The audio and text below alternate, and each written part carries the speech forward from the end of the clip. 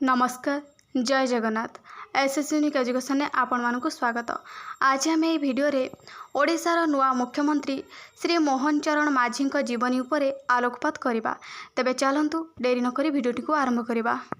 श्री मोहन चरण माझी 1972 मसीहा जानुआरी मास 6 तारिख रे केन्दुझर जिलार राईकला ग्रामर एक गरीब परिवार रे जन्मग्रहण करथिले।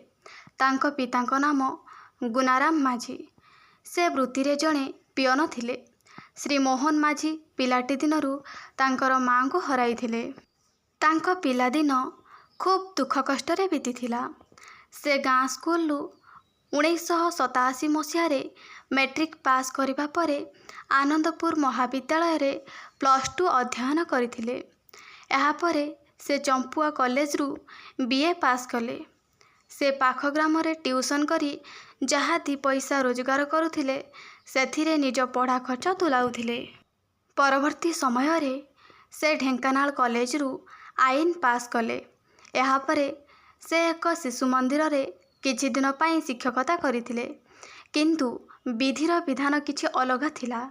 गरीब अभावी भाव रे जीवन काटुथिबा श्री माझी राजनीति रे प्रवेश करी 1997 मसीह रे सरपंच भाव रे निर्वाचित होइथिले।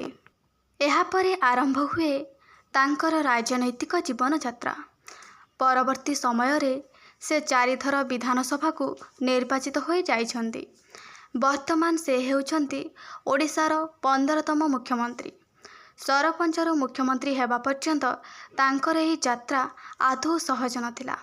गरीब आदिवासी परिवार रे जन्म हेले मध्य कठिन अध्यवसाय प्रचेष्टा और कर्तव्यनिष्ठ हेले असंभव कार्य भी संभव हो पारे। यह श्री माझी जीवन शिखा मिले। आशा करछि एही भिडियोटी आपण मानक पई हेल्पफुल हेबो। तेबे भिडियोटी को लाइक कर देबे। चैनल नुआ थिले चैनल को सब्सक्राइब करिकि ऑल नोटिफिकेशन को ऑन कर देबे। धन्यवाद।